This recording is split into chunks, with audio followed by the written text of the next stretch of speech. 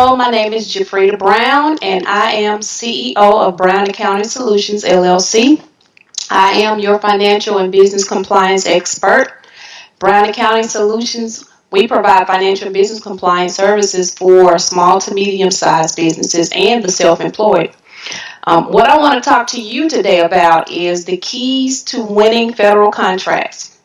Now, each federal agency sets a goal each year for their prime and subcontracting opportunities. And the federal government has set aside about $400 billion just specifically for government contracts.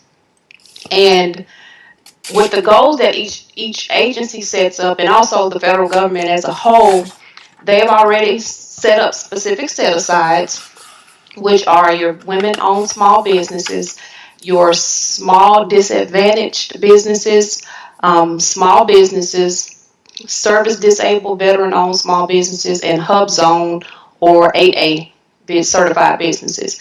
The federal government has set a goal of 5% of that pool of money going to women-owned small businesses, 5% going to the small disadvantaged businesses, 3% going to the service-disabled veteran-owned small businesses, and 3% going to the HUB Zone 8A certified businesses. Now, in fiscal year 2012, the government actually awarded about $16 billion just to women-owned small businesses. So they met about 3.9 or 4% of their 5% goal. And for the small disadvantaged businesses, they actually exceeded their 5% goal, and they awarded 8% of this $400 billion to those businesses. They awarded they met their 3% goal for the service disabled veteran-owned businesses, and they actually awarded about maybe 3.03%. And also for the HUB Zone certified businesses, they awarded about 2%. So they only met 2% of their 3% goal. Now, for the small business set aside as a whole, the government awarded about 22% to small businesses, which was about $90 billion. That's a lot of money. One thing I want to point out is the woman-owned small business set aside has only been in existence for a few years. So for the women-owned small business set aside to be meeting about 4% of their 5% goal is really good, but there's still a lot of work that needs to be done. There's a lot of work going on behind the scenes right now for the women-owned small business set-asides. With women-owned businesses being the fastest growing segment in the world, it's only fair that they are able to get a larger portion of this $400 billion government contracting pool.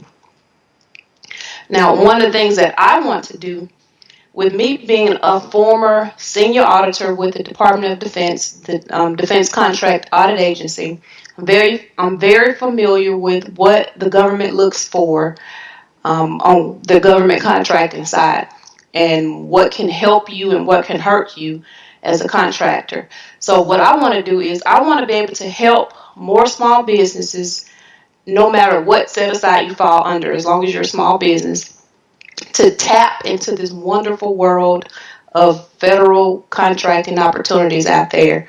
But you have to be willing to do what needs to be done up front to make sure that everything that needs to be done up front is done to prepare your business for government contracts, because it is a lot of moving parts with government contracting.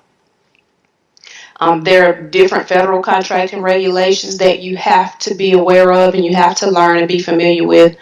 And this is where it's very necessary to develop a good federal contracting team, because the main goal of the government is to protect taxpayer dollars.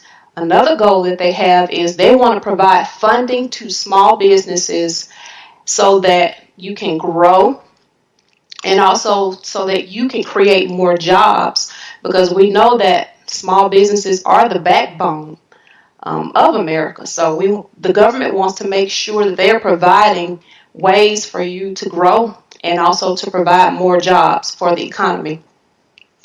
Now, when it comes to federal contracting, your contract pricing and cost must be allowable, and reasonable.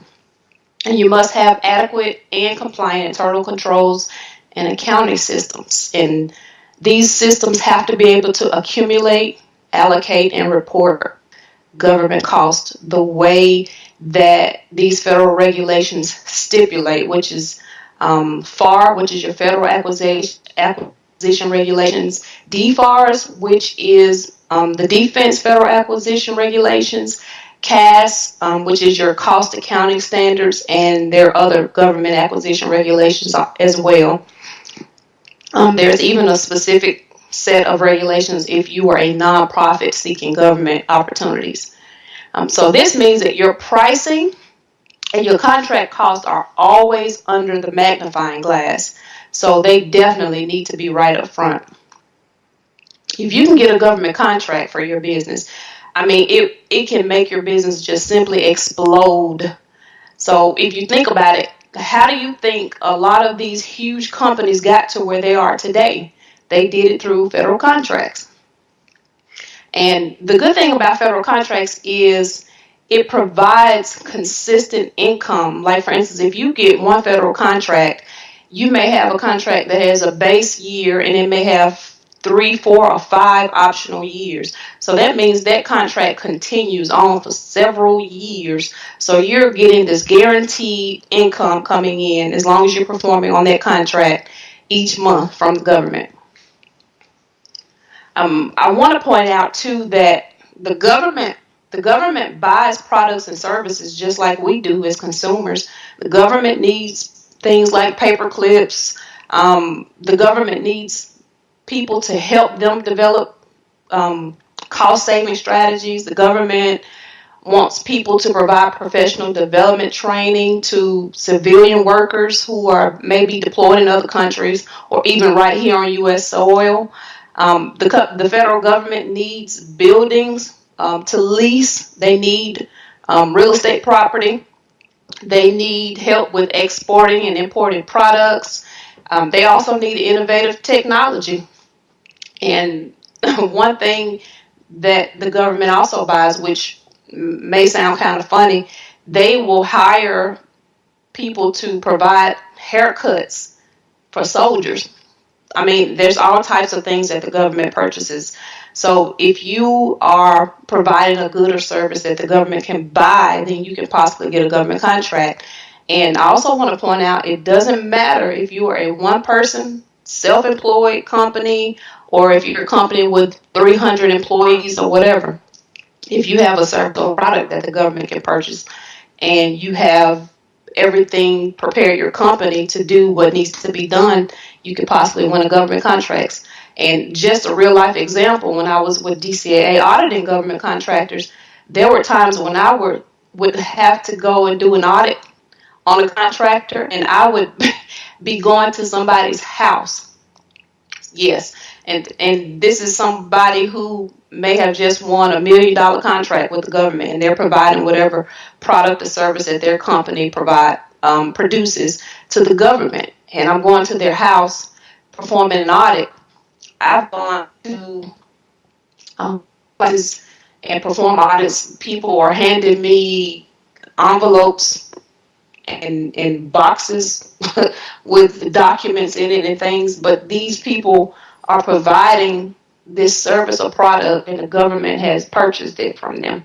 Now, there are a lot of moving parts when it comes to government contracting. And I want to discuss with you today some things that you may not hear a lot about. I want to really dig into the nuts and bolts of government contracting. Now, you may hear information about how your company needs to be registered in SAM. And SAM is the replacement for CCR, which is the old registry that the government used to register companies who wanted to be federal contractors. And also, you may hear discussions about how you need to have a DUNS number to be a federal contractor and how to get one. You may hear information about how to certify your company, what types of certifications would work for government contracting. You may hear about the different set-asides like I just discussed at the beginning. You may also hear about the importance of learning and knowing what FAR, CAS, DFARS, and all these other federal regulations are. And you may get information about where to go and look and find these opportunities. But one thing that I want to point out is that you may not hear a lot about how very important and necessary it is to produce adequate pricing and costing for government contracts. And what I believe is the most important thing is developing compliant internal control and accounting systems. Because like I mentioned before, the government's main goal is to protect taxpayer dollars. So they're really going to be looking at the costs, what you're saying that you're spending in your company to provide this product or service to the government. So what I want to point out too, that one of the things that I discuss a lot with business owners all the time is how very important it is to have a good accounting system in place. And this is for your business as a whole, not necessarily just for government contracting. It's just as a whole, because when you have a good accounting system in place, it helps you to adequately measure your financial health of your business. It helps you to know where your business stands at any point in time. You have everything in one place. All of your transactions are in one place, one location, and you have adequate accounting records, accurate records of whatever, because your accounting system not only keeps up with the actual accounting information, but you can also keep track of employees, time, labor. You can keep track of your inventory if you have any, all different types of things that you can keep records of in your accounting system. So it's very necessary that you have a good accounting system in place. And I just want to point out that if you don't have an accounting system at all, then you definitely can't do government contracting, because that's the very first thing that they review when you bid on a contract. Even sometimes whatever federal agency that you're bidding on a contract for, they may ask DCAA to come out and do an audit, which they call pre-award audits. They may come out to do your accounting system, your internal controls before you even are awarded a contract. And they definitely are going to come back after you win a contract. They'll come back multiple times and perform different types of audits during the period of performance of that contract. Well, when it comes to your internal control system, it includes your accounting system. It can also include your estimating system, your labor system, your billing system, your purchasing or material system, your budgeting system, and also compensation system. Now, all companies don't have every single one of these systems in place. But of course, like I said, every company needs to have, at minimum, that accounting system in place. And also, the internal control system includes procedures that the company performs for contractor risk assessment, monitoring, and also information systems and communication. And with me being a former senior auditor with DCAA, when companies hire me to come in to consult, to provide training and help when they're planning on bidding on government contracts, I come in and I follow the same exact steps that a DCAA auditor would follow. And in reviewing the accounting system and other internal controls, the very first thing that they're going to do, whether it's a pre-award audit or a post-award audit, is review your accounting systems. They have to initially develop a risk assessment of what type of risk you are to the government. They want to make sure that you actually do have an accounting system in place and that you do have some type of internal controls in place. So this can be done, like I said, even before you win a contract and especially after winning a contract. Section 252 of DFARS, which is the Defense Federal Acquisition Regulation, discusses 18 components that your accounting system must have in place for government contracts. Now, one thing I want to point out is if you're planning on doing government contracting, you don't have to purchase a separate accounting system. You can use the same accounting system that you use in your daily operations. The only thing that has to be done is you have to identify those transactions that are specifically related to whatever government contracts that you're working on. They have to be identified in a specific way. And the accounting system is basically reviewed to meet the requirements of DFARS 252. If it doesn't, then what would need to be done is taking the steps to set it up to meet these requirements. And also, the accounting system must show cost based on FARs, based on FAR 52, FAR 31, CAS, which is your cost accounting standards, and other federal regulations. And when it comes to developing your pricing proposal, FAR 15 has step-by-step instructions on how your pricing proposal should be set up and how it should be formatted, what information should be included in your pricing proposal. And when DCAA comes in to do an audit and they're reviewing the pricing proposal, they're using a proposal adequacy checklist to go by to make sure that your proposal meets all those requirements under FAR 15. And when I work with clients, I use this same checklist to make sure that the proposal is formatted and contains all of the information that FAR 15 requires. And another part of the pricing, which heavily depends on your accounting system, is developing adequate direct and indirect cost. And the biggest issue that I've seen with contractors is using the wrong type of allocation basis to develop your indirect cost. When it comes to using an allocation base to develop your indirect cost, the allocation base has to be whatever is the most beneficial base for your company, or either the base that causes the cost in the cost pool that you're using. Because basically, to get your indirect cost, you have to take whatever your cost pool is and divide it by whatever that allocation base is. And again, like I mentioned, this is important because the government's goal is to protect taxpayer dollars. And that's one of the biggest reasons why risk is assessed at the beginning when DCAA reviews those internal controls. And I mentioned earlier that it's very important to develop a good government contracting team. You definitely want to hire consultants who have experience with federal contracting. You want to make sure you have a good business developer on your team. The business developer can go out and find those opportunities that would work for your company, and it doesn't necessarily have to be just federal contracts. And when I say federal, I'm talking about federal government contracts. They can be government as a whole contracts. So that includes your federal, state, local, municipal type contracts. So that business developer can go out and find the best opportunities for your company. You also need a good government accountant who understands contracting accounting.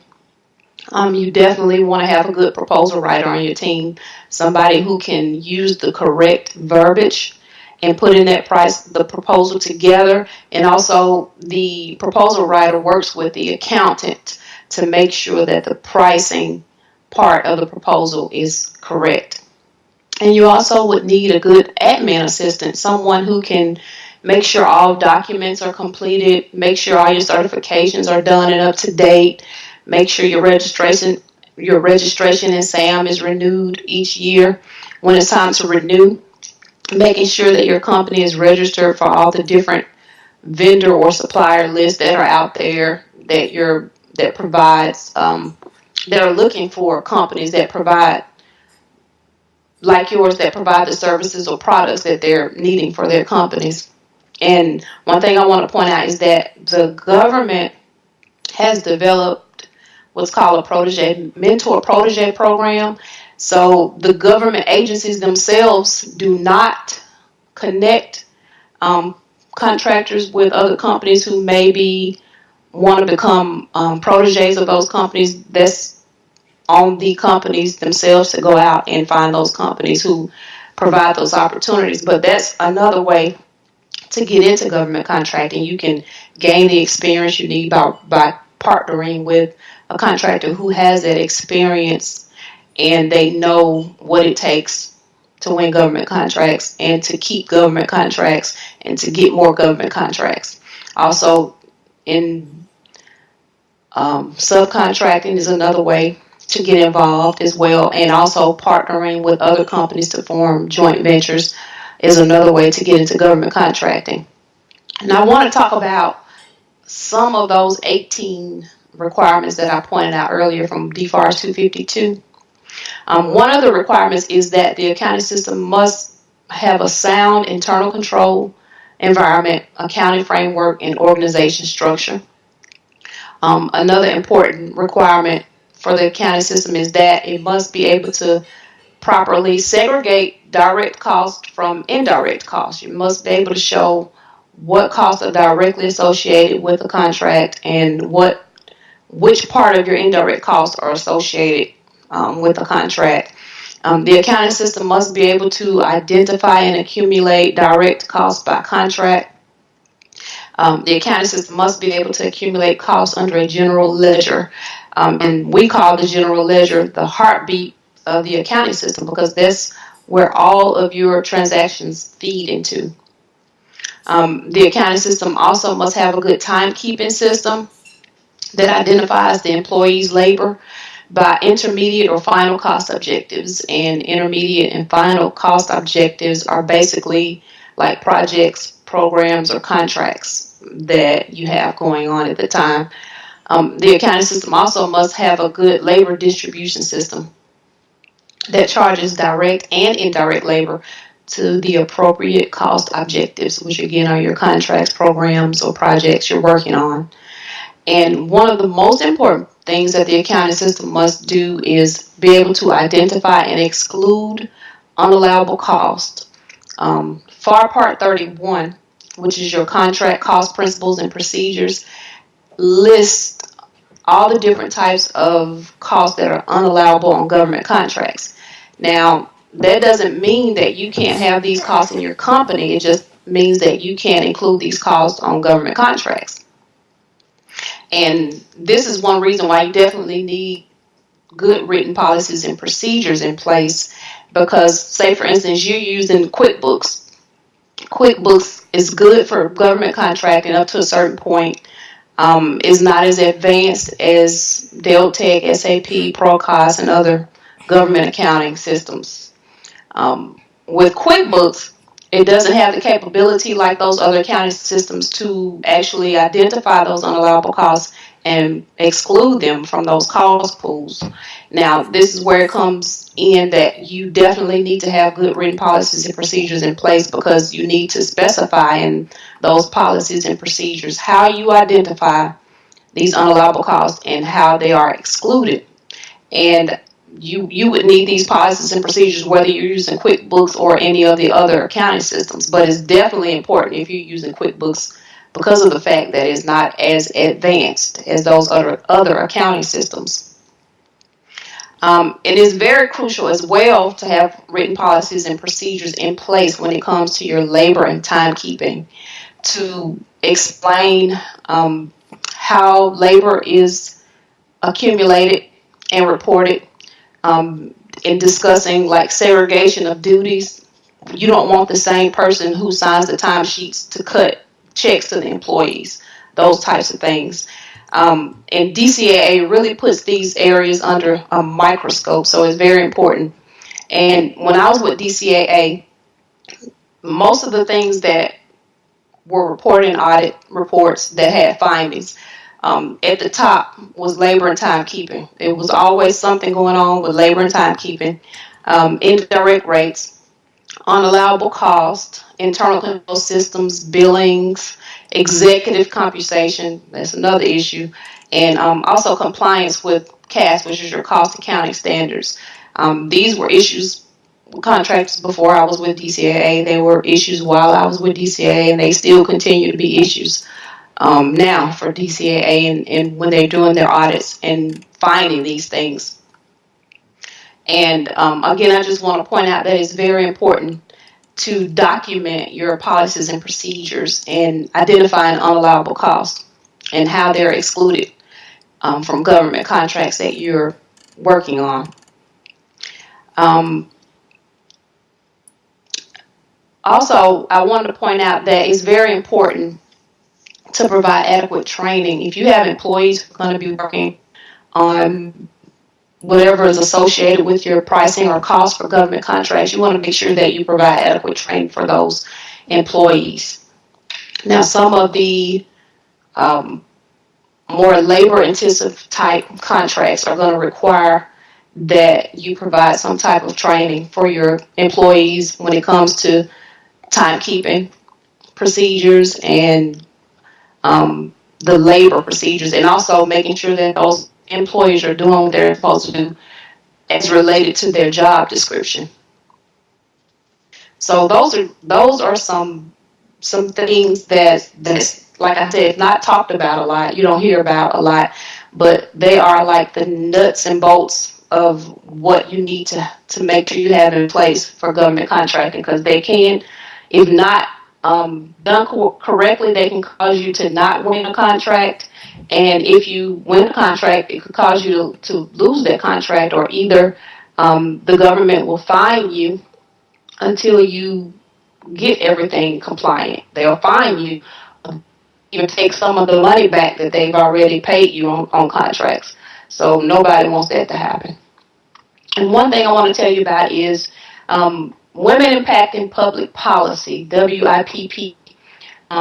They get together with American Express Open, and they founded a program called Give Me Five. Give Me Five is a program that provides education and resources and tools for women-owned small businesses who are interested in government contracting. And I'm also doing a webinar for WIPP, WIP, and American Express Open for their Give Me Five program on May 28th at 2 p.m. Eastern. I'm doing a webinar where I'll be discussing how you can prepare for a DCA audit, what they look for when they come in, and some of the other important things that I mentioned earlier. So if you're interested in attending this webinar, you can go to WIPP.org and go to their events section and register for my webinar. There's also other webinars going on as well, which I think are really, really good webinars and very important to learn all you can before jumping into government contracting. And I also want to invite you to connect with me. I want to offer you something. I want to be able to provide help for you. So I want to provide a free assessment for anybody who's interested in getting into government contracts. I can take a look at your company, your system, to see where you are and let you know what you need to do to prepare to become a government contractor. So if you're interested in this free assessment, make sure you text the word contracts along with your name and email address to 205-514-5177. Again, text the word contracts along with your name and email address to 205-514-5177. And please make sure you include your name and email address, because I won't know who you are if you don't. And also, I want to invite you to connect with me on Twitter at Brown Accounting. Also on Facebook, my business page is Brown Accounting Solutions, LLC. And I also have a personal page on Facebook, which is Jefreda+Brown. And also my website, which is brownaccountingsolutions.com. Again, Twitter is Brown Accounting. Facebook, Brown Accounting Solutions, LLC. And also my personal page, which is Jefreda+Brown. And my website, which is brownaccountingsolutions.com. And I want to thank you for taking the time to listen to my presentation today, and I hope that I provided some valuable information for you. And again, I invite you to connect with me so that I can help you if you're interested in becoming a government contractor. Thank you.